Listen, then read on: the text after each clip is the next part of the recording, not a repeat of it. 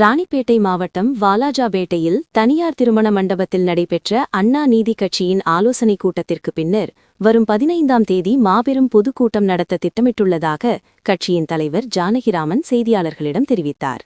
அனைத்து முதலியார் சமுதாயம் சார்பில் நடைபெற்ற இந்த ஆலோசனைக் கூட்டம் ஜானகிராமன் தலைமையில் நடைபெற்றது. இதில் உலகளாவிய வேளாளர் சங்க தலைவர் டாக்டர் சுசித்ரா சிறப்பு அழைப்பாளராக கலந்து கொண்டு சிறப்புரையாற்றினார். நிகழ்ச்சியில் பல்வேறு தீர்மானங்கள் நிறைவேற்றப்பட்டன.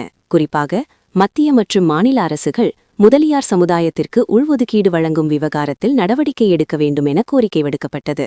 மேலும் வரும் சட்டமன்ற தேர்தலை முன்னிட்டு ராணிப்பேட்டை, திருத்தணி, வேளச்சேரி உள்ளிட்ட 4 தொகுதிகளை ஒதுக்கீடு செய்யும் கட்சியுடன் கூட்டணி அமைக்க உள்ளதாகவும் தீர்மானம் நிறைவேற்றப்பட்டது. அதேபோல் வரும் 15ஆம் தேதி மாபெரும் பொதுக்கூட்டம் நடத்துவதற்கான ஏற்பாடுகள் நடைபெற்று வருவதாகவும் தெரிவிக்கப்பட்டது.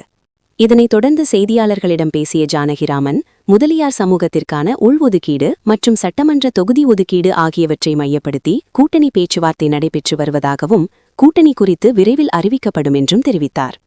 இந்த நிகழ்ச்சியில் அண்ணா நீதி கட்சியின் நிர்வாகிகள் மற்றும் உறுப்பினர்கள் ஏராளமோர் கலந்து கொண்டனர். 2026 சட்டமன்ற தேர்தலில் அண்ணா நீதி கட்சி யாருடன் கூட்டணி வைப்பது என்பதற்கான கலந்தாய்வு கூட்டம், அதாவது எங்களுடைய முதலியார் சமுதாய சங்கங்கள் நிறைய இருக்கிறது. அந்த சங்க நிர்வாகிகள் பலரை அழைத்திருந்தோம். அதன் பேரில் டாக்டர் சுசித்ரா அவர்கள் கலந்து கொண்டார். மேலும் பல சங்க நிர்வாகிகள் கலந்து கொண்டு எங்களுக்கு ஆலோசனை வழங்கினார்கள். அதில் எங்களுக்கு மதிப்பளிக்கக்கூடிய கூட்டணியாக எந்த கூட்டணி, எங்களுக்கு தேவையான இடஒதுக்கீடு, சில கோரிக்கைகள் இருக்கிறது, அதை ஏற்று யார் எங்களுடன் வருகிறார்களோ அவருடன் கூட்டணி செய்வதென முடிவு செய்துள்ளோம். அதை வருகின்ற 15/3/2026 அன்று பொதுக்கூட்டம் ஏற்பாடு செய்திருக்கிறோம். அதில் எங்களது கூட்டணி யார் என்று அவர்களுடன் நாங்கள் அந்த கூட்டத்தை நடத்துவோம் என்பதையும் இந்த கூட்டத்தில் தீர்மானம் செய்து முடிவு செய்யப்பட்டிருக்கிறாங்க.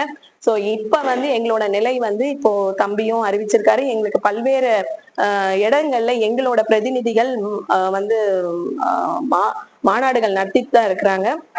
சோ இந்த தேர்தல்ல நாங்க கண்டிப்பா எங்களுக்கு நிறைய எம்எல்ஏஸ எந்த கட்சியாக இருந்தாலும், ஏன்னா எங்களோட சமூகத்துல ஒரு கட்சியில பயணித்திருப்பாங்க, அதுல அவங்களுக்கான வரவேற்பு இருக்கும். அந்த கட்சியில நின்னாலும் எங்க சமூகம் அவங்களுக்கு தான் ஓட்டு போட போறாங்க. அது இல்லாம இப்போ ஏதாவது ஒரு சமூகத்தோட தம்பிக்கு கூட்டணியோ இல்ல அந்த மாதிரி ஒரு அமைஞ்சதுன்னா அது அவரும் வேட்பாளரா நின்று ஜெயிக்கிறதுக்கான வாய்ப்புகள் அதிகமா இருக்கு. சோ இத எங்க சமுதாயம் சார்ந்தும் நான் பதிவு செய்ய விரும்புறேன். வாய்ப்புக்கு நன்றி.